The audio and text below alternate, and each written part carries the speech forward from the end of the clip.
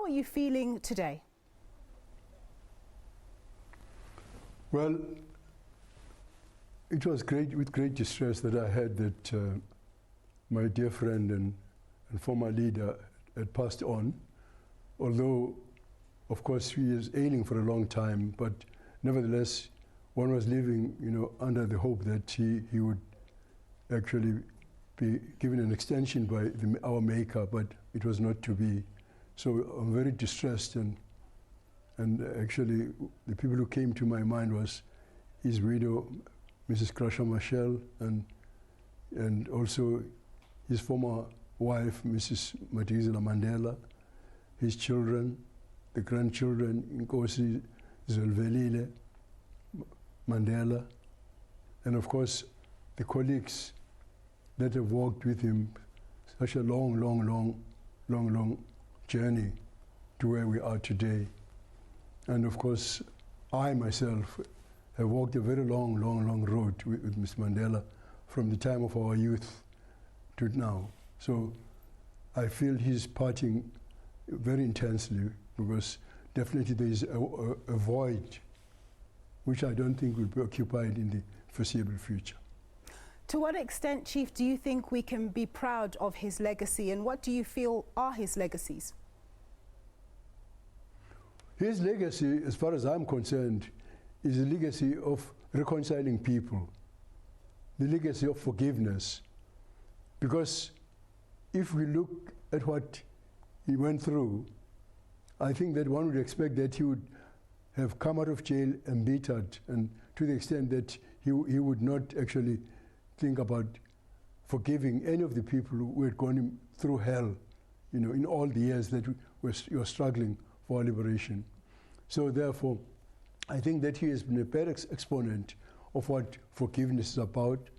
To me, he is the best exponent of what reconciliation is about.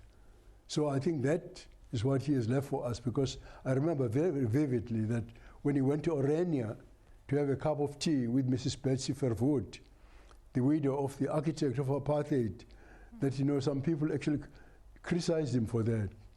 But that is the extent to which he was genuine in seeking, actually forgiveness and reconciliation between the people of South Africa. At the time when President Nelson Mandela was talking about reconciliation and speaking and uniting with former enemies, were you on the same page with him at the time? No, I mean, it's an open secret that Mr. Mandela was my friend. It's an open secret that I was a member of the ANC Youth League with him. He was my leader. It's an open secret that I'm one of the few people with whom he corresponded. Even when the ANC differed with me on the issue of economic sanctions against South Africa, which I opposed, and also the armed struggle, but it never severed the good relationship that we had with him, to the extent that in 1989, before he was released, he actually wrote to me to say that as soon as he was released, he must come out. It's a fact also that there are few people who surpassed me in campaigning for his release. In fact, to the extent that Mr. de Klerk himself, in announcing in February 1990 that he was releasing him, he stated, I'm the only person he mentioned by name as having helped him to do so.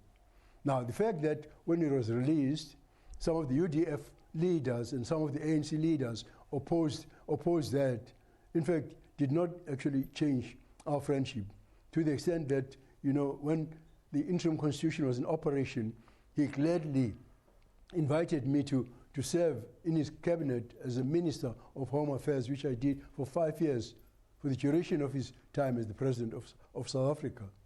And even after that, our friendship continued, to the extent that when Josina, his stepdaughter, got married in Maputo, he and Mrs. Marshall invited me, to the extent that when I turned 80, he actually invited me also to come and have a cup of tea with him, because he couldn't come to Durban for the dinner. All right. So, I mean, to say that was on his side, those facts speak for themselves. Absolutely, point taken. Thank you so much. That was Chief Mangosuthu Buthelezi talking to